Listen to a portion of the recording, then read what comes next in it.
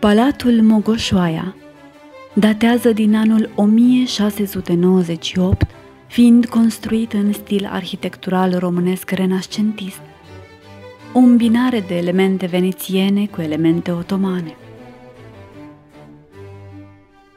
Profilul său armonios se oglindește în apele lacului spre care coboară printr-un șir de terase succesive.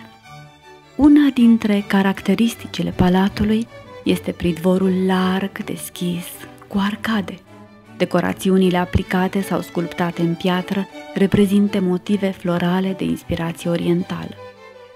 Fațada de răsărit a palatului are și ea un element ce o particularizează, foișorul, sprijinit pe 8 coloane de piatră și cu o balustradă bogat decorată.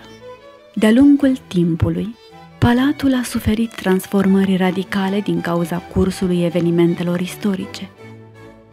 După executarea domnitorului Constantin Brâncoveanu, palatul devine pentru o scurtă perioadă han turcesc. În secolul XIX, palatul este cumpărat de descendenții familiei Brâncoveanu, boierii Bibescu, în timpul cărora își recapătă forma și faima.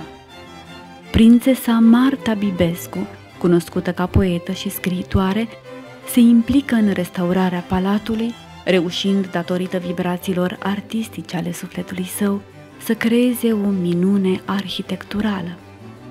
În 1945, ea îl donează statului cu scopul de a fi inclus pe lista monumentelor istorice.